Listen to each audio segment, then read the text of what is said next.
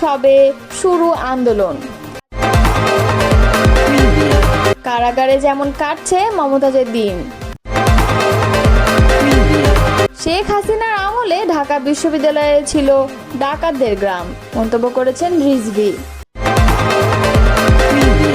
মানবতা বিরোধী অপরাধ, শেখ হাসিনা সহ 3 জনের বিরুদ্ধে অভিযোগ গঠনের শুনানি আজ।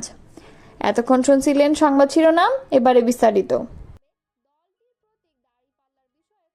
1 জুলাই 2024 দিনটি ছিল সোমবার। প্রথম ও দ্বিতীয় শ্রেণীর সরকারি চাকরিতে কোটা পুনর্বহালের প্রতিবাদ এবং কোটা পদ্ধতি বাতিলের দাবিতে লাগাতার আন্দোলনের সূচনা করেছে দেশের বিভিন্ন বিশ্ববিদ্যালয়ের শিক্ষার্থীরা।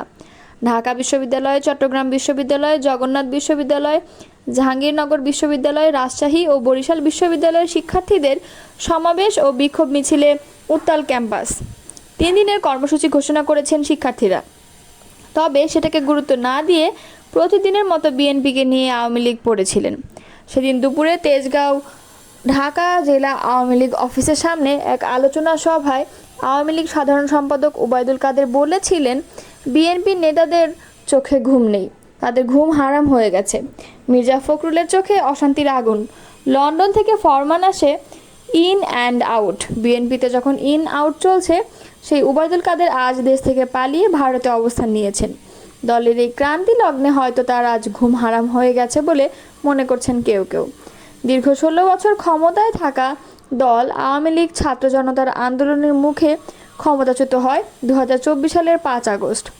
দলের সভাপতি সেদিন ভারতে পালিয়ে যান, তার দলের নেতাকর্মীরা আত্মগোপনে চলে যান। আওয়ামী লীগ 2024 সালের 5 আগস্ট ক্ষমতাচ্যুত হলেও সেই আন্দোলনের বীজ রোপণ করা হয় 1 জুলাই। প্রথম ও দ্বিতীয় শ্রেণীর সরকারি চাকরিতে 30% মুক্তিযোদ্ধা কোটা সহ 56% কোটা পুনর্বহালের প্রতিবাদ এবং কোটা পদ্ধতি বাতিলের দাবিতে লাগাতার আন্দোলনের সূচনা করেছেন দেশের বিভিন্ন বিশ্ববিদ্যালয়ের শিক্ষার্থীরা।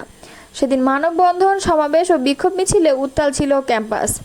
তার আগে 2024 সালের 5 জুন বিচারপতি KM কামরুল কাদের ও বিচারপতি খিজির হায়াতের হাইকোর্ট বেঞ্চ প্রথম ও দ্বিতীয় শ্রেণীর সরকারি চাকরিতে মুক্তিযোদ্ধা কোটা সহ কোটা পদ্ধতি বাতিলের সিদ্ধান্ত অবৈধ ঘোষণা করেছেন হাইকোর্ট।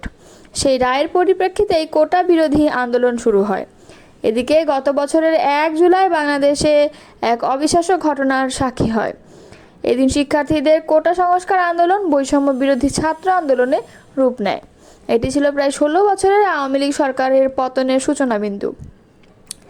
1 জুলাই এই আন্দোলন পুরো মাত্রায় শুরু হলেও গোড়াপত্তন ঘটে 5 জুন। ওই দিন ঢাকা বিশ্ববিদ্যালয়ের শিক্ষার্থীরা হাইকোর্টের রায়ের বিরুদ্ধে তাৎক্ষণিক প্রতিক্রিয়ায় রাস্তায় নামে। 30 জুন সরকারের পক্ষ থেকে কোনো ঘোষণা না আসায় 1 জুলাই ঢাবি, জগন্নাথ, জাবি, রাবি, চবি, বরিশাল ও কৃষি বিশ্ববিদ্যালয় সহ সারা দেশে শিক্ষার্থীরা আন্দোলনে নেমে পড়ে। ঢাকা বিশ্ববিদ্যালয়ের শিক্ষার্থীদের বৈষম্য বিরোধী ছাত্র আন্দোলনের ব্যানারে কেন্দ্রীয় গ্রন্থাগার প্রাঙ্গণ থেকে একটি মিছিল বের করে, যা রাজু ভাস্কর্যে শেষ হয়। সমাবেশ থেকে নাহিদ ইসলাম ঘোষণা দেন, আগামী 4 জুলাই পর্যন্ত দেশের সব বিশ্ববিদ্যালয়, কলেজ, শ্রেণীকক্ষে পাঠদান ও পরীক্ষার বর্জন চলবে। তিনি 3 দিনের কর্মসূচিও ঘোষণা করেন। জনপ্রিয় লোকগানের শিল্পী ও সাবেক সংসদ সদস্য মমতাজ বেগম কাশিমপুর মহিলা কারাগারে পাচ্ছেন প্রথম শ্রেণীর বন্দীর মর্যাদা। সংসদ সদস্য থাকায় তিনি এই সুবিধা পাচ্ছেন বলে জানিয়েছেন কারা কর্তৃপক্ষ। মমতাজ বেগম 1.5 মাস ধরে কারাগারে রয়েছেন। এটি তার জীবনের প্রথম কারাবাস বলে নিশ্চিত করেছেন তার আইনজীবী রেজাউল করিম। কারাগারে সময় কাটানোর জন্য মমতাজ ধর্মীয় বইপত্র এবং পত্রিকা পড়ছেন বলে জানিয়েছেন তিনি। রেজাউল করিম জানান, মমতাজ বেগম আমাকে কিছু বইপত্র দেওয়ার অনুরোধ করেন, আমি তাকে সেগুলো দিয়ে এসেছি। কারা তত্ত্বাবধায়ক কাতালিন নাহার সোমবার গণমাধ্যমে বলেন, মমতাজ বেগম এমপি ছিলেন, তাই তিনি প্রথম শ্রেণীর বন্দির সুবিধা পাচ্ছেন। এই মর্যাদায় তার জন্য রয়েছে একটি খাট, টেবিল এবং নিয়মিত পত্রিকা। খাবারের তালিকায় আছে ভাত, মাছ এবং মাংস। ছাত্র জনতার গণ আন্দোলনের মাধ্যমে গত 5 আগস্ট প্রধানমন্ত্রী শেখ হাসিনার পতনের পর প্রথম কয়েক মাস মমতাজ মানিকগঞ্জে অবস্থান করেছিলেন বলে দাবি করেন তার আইনজীবী। এরপর ঢাকা ধানমন্ডি থেকে গত 12 মে আইন শৃঙ্খলা বাহিনী তাকে গ্রেপ্তার করে। পরদিন 13 মে তাকে ঢাকার চিফ মেট্রোপলিটন ম্যাজিস্ট্রেট আদালতে হাজির করা হয়। 22 মে মমতাজ বেগমকে মানিকগঞ্জ আদালতে নেওয়া হলে সেখানে উত্তেজনা দেখা দেয়, তার দিকে ডিম ও জুতা ছোড়ার ঘটনা ঘটে। এদিকে ঢাকা দায়রা জজ আদালতের প্রধান পাবলিক প্রসিকিউটর ওমর ফারুকী বলেন, মমতাজ ফ্যাসিস্ট শেখ হাসিনার অন্যতম সহযোগী ছিলেন। তিনি একজন শিল্পী হয়েও দীর্ঘদিন হাসিনার পক্ষ হয়ে কাজ করেছেন। অন্যদিকে মমতাজের আইনজীবী রেজাউল করিম দাবি করেন, শুধু সংসদ সদস্য হওয়ার কারণেই তাকে একের পর এক মামলায় অভিযুক্ত করা হচ্ছে। একজন জনপ্রিয় শিল্পীর জন্য এটি অত্যন্ত দুঃখজনক।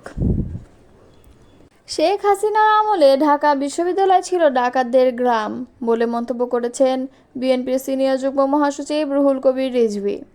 মঙ্গলবার প্রথম প্রহরে রাজধানীর কেন্দ্রীয় শহীদ মিনারে ছাত্রদল আয়োজিত 2024-এর গণ অভ্যুত্থানের শহীদ ও আহতদের স্মৃতি স্মরণে মোমবাতি প্রজ্বলন ও সম্মিলিত কণ্ঠে জাতীয় সঙ্গীত কর্মসূচিতে প্রধান অতিথির বক্তব্যে তিনি এসব কথা বলেন। রিজভী বলেন, এটি শুধু একটি প্রজ্বলন নয়। আজকের মোমবাতি প্রজ্বলন আগামী দিনের গণতন্ত্রের পদযাত্রায় এগিয়ে যাওয়া। এই ঢাকা বিশ্ববিদ্যালয়ে গণতন্ত্রের মিনার, অধিকার প্রতিষ্ঠার মিনার। তিনি বলেন, আমরা যখন আগে নৌকায় করে অনেক দূরে যেতাম, মাঝি বলতো, চুপ থাকুন, ওই গ্রাম ডাকাতদের গ্রাম। হাসিনার আমলে এই ঢাকা বিশ্ববিদ্যালয় ছিল ডাকাতদের গ্রাম।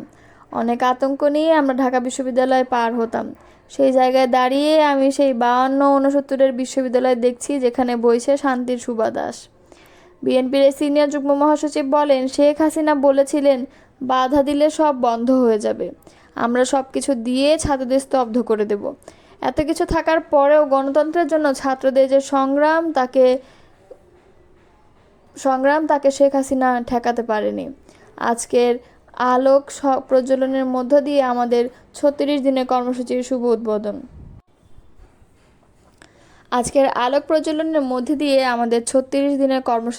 উদ্বোধন। হলো। শেখ হাসিনার পেটুয়া বাহিনীর কাছে ছাত্রদলের কত নেতাকর্মী গুম খুন হয়েছে। তারা 90-80 দশকে যে ভূমিকা পালন করেছে, সেভাবে তারা 24-এর গণঅভ্যুত্থানে ভূমিকা রেখেছে। এই সংগ্রাম বাস্তবায়ন করতে হলে আরও বাধা আসবে। সেই বাধা অতিক্রম করতে আমরা গণতন্ত্রের মূল্যবোধ প্রতিষ্ঠা করব। তিনি বলেন, বিএনপি আল্লাহর রহমতে ক্ষমতায় আসবে এবং তারেক রহমান দেশ পরিচালনা করবে। ইনশাআল্লাহ তারেক রহমানের কিছুদিনের মধ্যে বাংলাদেশে আসবে।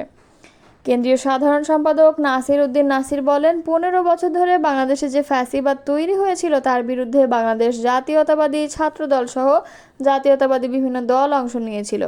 ফ্যাসিবাদের আমলে তরুণদের মতামত দেওয়ার অধিকার রাখা হয়নি, অথচ এই তরুণরাই 24-এর গণঅভ্যুত্থান ঘটিয়েছে। জুলাই গণঅভ্যুত্থানে মানবতা বিরোধী অপরাধের মামলায় পলাতক সাবেক প্রধানমন্ত্রী শেখ হাসিনা, আসাদুজ্জামান খান কামাল, চৌধুরী আবদুল্লাহ আল মামুনের বিরুদ্ধে অভিযোগের গঠনের শুনানি হবে আজ। আর এই শুনানি টেলিভিশন ও সামাজিক যোগাযোগ মাধ্যমে হতে পারে সরাসরি সম্প্রচার। এর আগে একজন শেখ হাসিনা সহ 3 জনের বিরুদ্ধে 5টি অভিযোগ আমলে নেন ট্রাইব্যুনাল। সেই দিন দেশের বিচার বিভাগের ইতিহাসে প্রথমবারের মতো লাইভ সম্প্রচার হয় আদালত থেকে। পরে জুলাই-আগস্টে গণহত্যার ঘটনায় মানবতা বিরোধী অপরাধের মামলায় শেখ হাসিনা ও আসাদুজ্জামান খান কামালকে আত্মসমর্পণের নির্দেশ দেয়, নোটিশ জারি করে আন্তর্জাতিক অপরাধ ট্রাইব্যুনাল। পত্রিকায় সেই নোটিশ প্রকাশ করা হয়েছে। এতে বলা হয়, 7 দিনের মধ্যে হাজির না হলে তাদের অনুপস্থিতিতে বিচার কাজ চলবে। 24 জুন এই মামলার পরবর্তী শুনানির দিন ধার্য করা হয়। তবে পলাতক 2 জনের কেউই হাজির না হয় তাদের পক্ষে আইনজীবী নিয়োগ দেন ট্রাইব্যুনাল। এর আগে গত 12 মে তদন্ত সংস্থা শেখ হাসিনার এই মামলার তদন্ত প্রতিবেদন প্রসিকিউশনে জমা দেয়, যেখানে জুলাই গণহত্যার উস্কানিদাতা ও নির্দেশদাতা হিসেবে শেখ হাসিনার নাম উঠে আসে।